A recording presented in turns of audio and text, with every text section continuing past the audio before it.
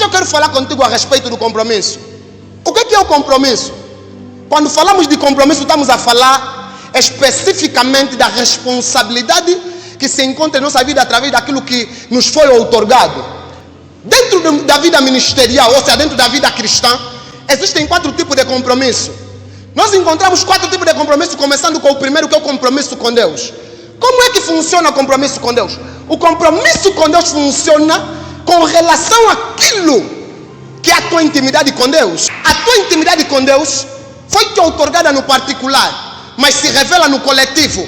Mas o que mais fala alto não é o coletivo, é a tua intimidade no particular. Significa que aquilo que eu faço no particular com Deus determina aquilo que vai acontecer no público. Aleluia. Aleluia. Como funciona o compromisso com Deus? Dentro do compromisso com Deus, nós encontramos a nossa vida pessoal. Esquecemos a igreja, esquecemos o pastor, esquecemos a família, esquecemos a sociedade. Porque naquilo que é o nosso compromisso com Deus, ninguém pode intervir diretamente senão nós. Quando estamos a falar de compromisso com Deus, falamos daquilo que a Bíblia fala que o que concordares aqui na terra será concordado nos céus. Quando estamos a falar de compromisso particular com Deus, estamos a falar daquilo que você faz no oculto. Isso que você faz no oculto é que vai tornar o teu compromisso com Deus cada vez mais sério. E no compromisso com Deus, o mais importante não é como as pessoas acreditam em você, é como você recebeu a revelação daquilo que você é como você recebeu a revelação do teu propósito. Porque no compromisso com Deus não é sobre o que as pessoas dizem. Porque uma das vezes Jesus, enquanto expulsava demônio, olharam para ele e falaram que esse expulsa demônio através de Beelzebul. Mas Jesus sabia que isso não muda absolutamente nada naquilo que ele é. Ele vai continuar sendo o Messias. Aleluia. Aquilo que as pessoas dizem que você não determina nada a respeito da tua vida. O que vai determinar alguma coisa a respeito da tua vida é o teu compromisso particular com Deus. Alguém pode aplaudir para Jesus Cristo? Vamos entrar no segundo ponto. Quero falar o segundo ponto que me fez estar aqui. O compromisso com o pai espiritual. Existe uma grande diferença entre paternidade espiritual, ou seja, pai espiritual e pai na fé. Qual é a diferença existente entre pai na fé e pai espiritual?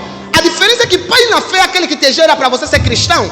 E pai espiritual é o homem dotado de conhecimento sobrenatural, com capacidade suficiente de te introduzir no propósito. Quando estamos a falar de pai espiritual, é o homem que Deus colocou na tua vida para te guiar em todo o propósito e para te introduzir até você chegares na fase da operação. Qual é o maior problema hoje em dia na igreja? O maior problema hoje em dia na igreja é que olhamos o nosso pai espiritual como amigo. Aí começa o maior grande erro. Estamos a sair do compromisso com o pai espiritual. Quais são as regras que eu devo obedecer para honrar o meu pai espiritual? Ou seja, honrar a pessoa que Deus me deu como pastor, como homem da minha bênção. Não, hoje em dia não existe isso de homem da minha bênção. Isso é perca de tempo. Não é perca de tempo. A igreja é comparada a uma casa. Toda casa existe regras. E quem coloca as regras é o pai.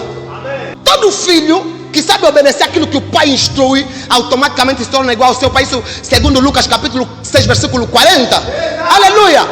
Significa que o maior erro do filho começa quando começa a desrespeitar o pai que Deus lhe deu. Não importa qual é a cor, raça, a idade ou a altura do teu pai espiritual. Se Deus te concedeu como pai espiritual, é porque esse homem carrega alguma coisa grande para dar na tua vida.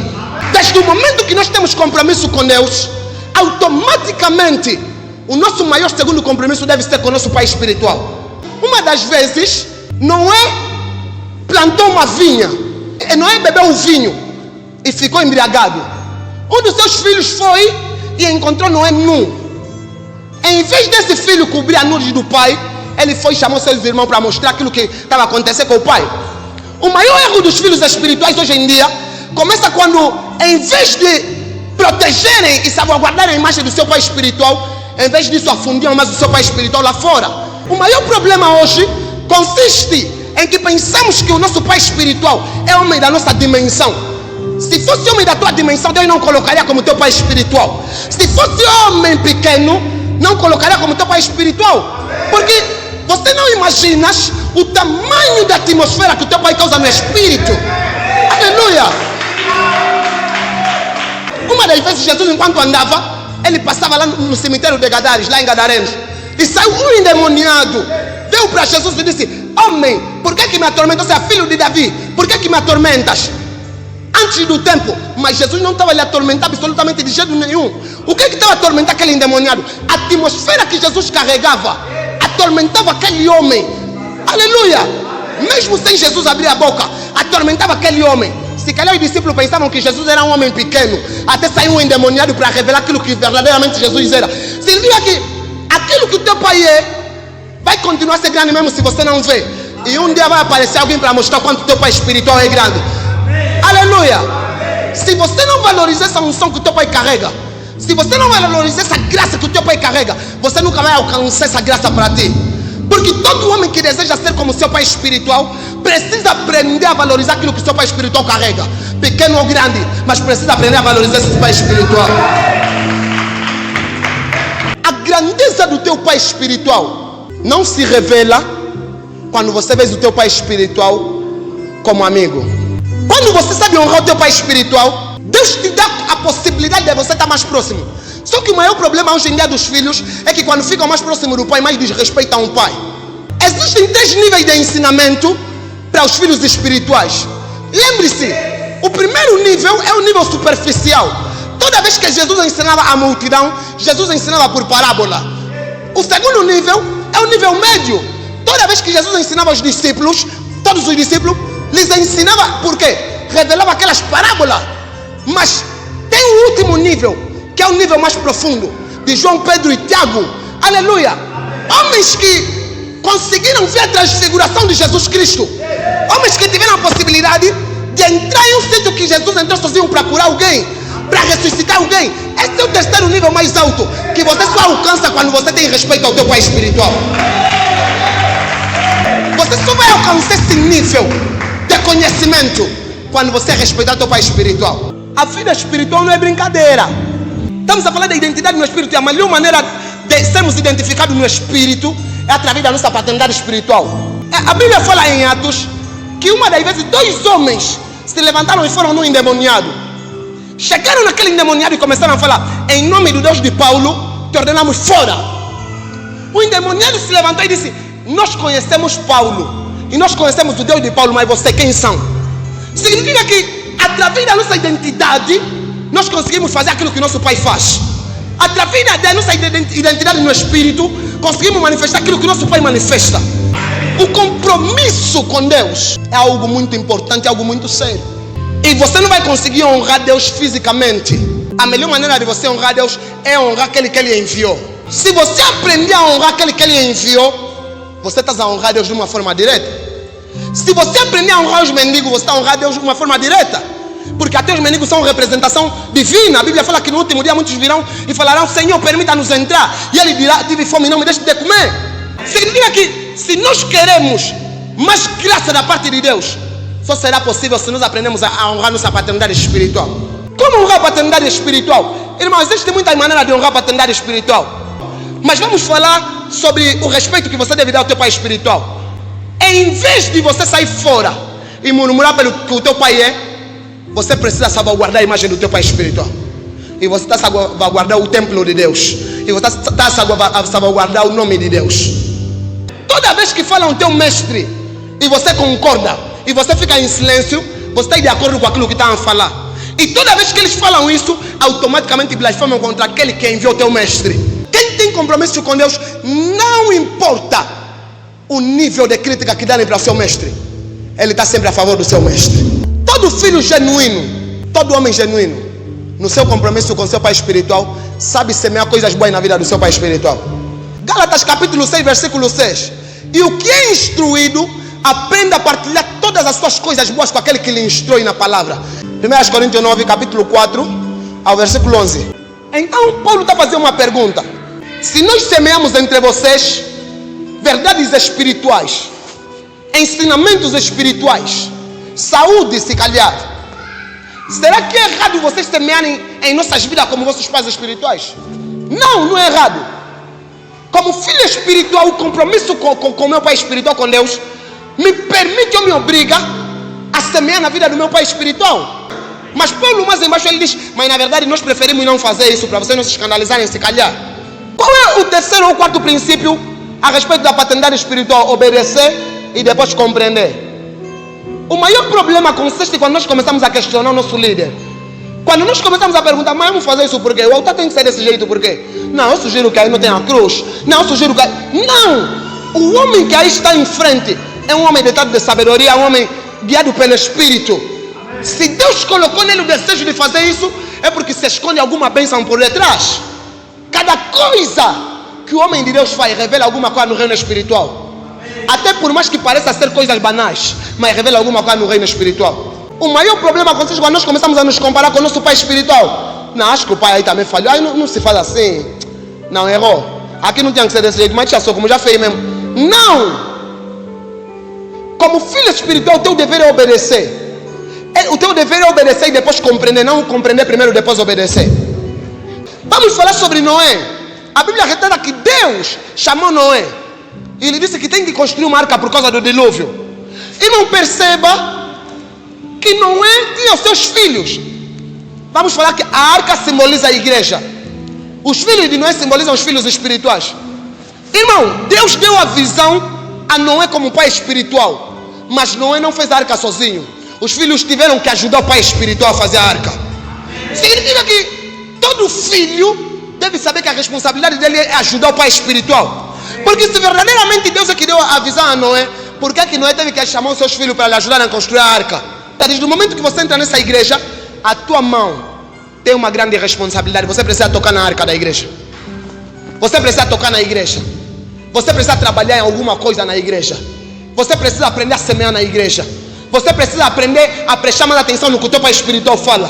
Você precisa aprender a ouvir mais o teu pai espiritual. Outro segredo da graça de ser um filho espiritual. Todo filho espiritual precisa aprender a orar pelo seu pai espiritual. Gênesis capítulo 16. A Bíblia retrata que existia uma mulher chamada Agar. Essa mulher era serva de Sara. Quando Agar foi expulsa por Sara, ou seja, quando Agar fugiu da presença da sua senhora, a Bíblia retrata que enquanto ela andava no deserto, a água acabou. Estamos a falar que Agar é mãe espiritual. Estamos a dar essa passagem bíblica como exemplo de paternidade espiritual. Agar como mãe espiritual, como pai espiritual. A Bíblia retrata que lá no deserto, a água acabou. Agar pegou seu filho e lhe colocou debaixo de uma árvore para ela não ver ele a morrer. Quando Agar desapareceu ou distanciou um pouco daquele momento, a Bíblia fala que Deus ouviu o choro do menino. E quando Deus ouviu o choro do menino, falou com Agar: Agar, vai até ali desse lado, tem um poço. Irmão, não sei se você pegou o mistério. Por que todo filho precisa aprender a orar pelo seu pai espiritual? Irmão, quando Deus apareceu para Agar, não foi por causa de Agar simplesmente, mas é por causa do choro do menino. Significa que através da oração do filho, Deus pode revelar coisas que estão ocultas na igreja. A Bíblia retrata que Deus ouviu o choro do menino. E por causa do choro do menino, Deus revelou a fonte de água que estava lá em Agar.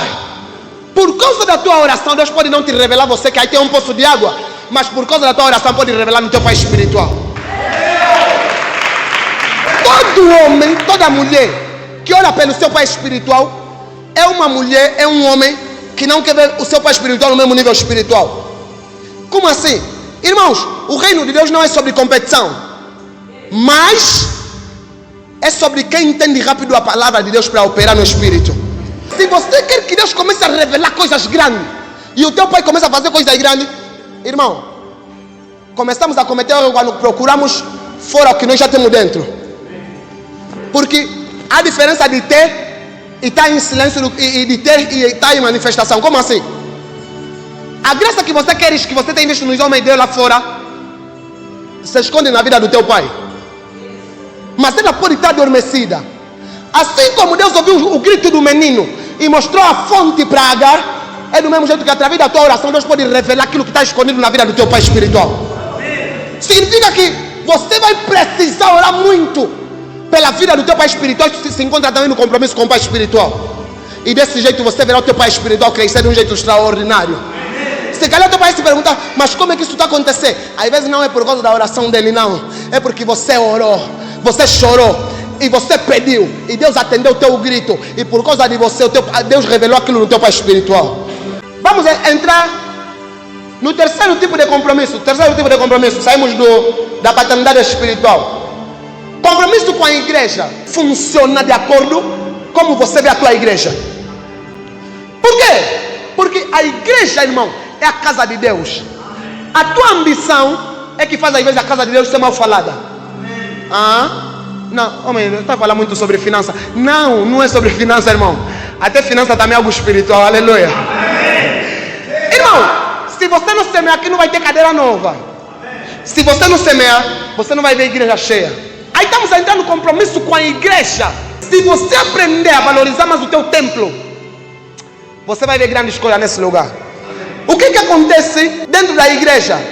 Reclamamos por aquilo que não temos, mas não sabemos ajudar quando temos alguma coisa em nós. Reclamamos não. Aqui falta uma bateria, aqui o som falta isso, aqui falta isso. Mas quando nós temos a finança, não sabemos fazer alguma coisa para que isso melhore. Você tem que aprender a semear alguma coisa para a tua igreja, irmão. Já imaginaste? O tabernáculo era algo muito espiritual. O tabernáculo de Deus no Antigo Testamento era algo muito o quê? Espiritual. Esse tabernáculo dividia-se em duas partes dentro já do tabernáculo. O lugar santo e o lugar santo dos santos. O lugar santo dos santos era o lugar onde Deus se movia naturalmente.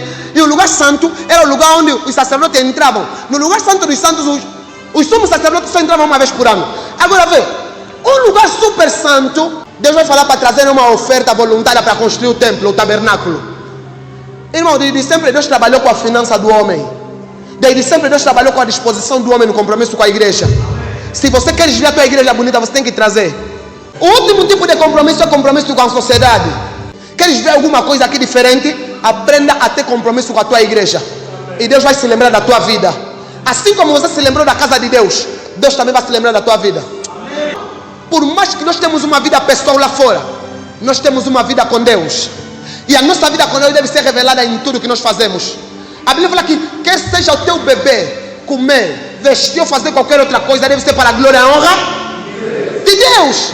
Significa que a nossa vida em si deve ser para a glória e a honra de Deus. Se na sociedade reclamam por causa da fome, você precisa aprender a orar e agradecer porque não tens comida e um dia Deus vai te dar. Se na sociedade reclamam e murmuram contra Deus por causa de certas situações, você precisa aprender a agir de uma forma diferente. Porque nesse compromisso com a sociedade, a maior honra sempre é dada a Deus nas nossas vidas. Seja bem-vindo ao nosso canal. Siga-nos no YouTube, Profeta Ismael Jaime. Inscreva-se no canal e ative o sininho para receber todas as notificações. Cá verás ensinamentos e demonstração do poder de Deus, pois que a distância não é barreira para o agir de Deus. O testemunho é uma evidência e é Oshua.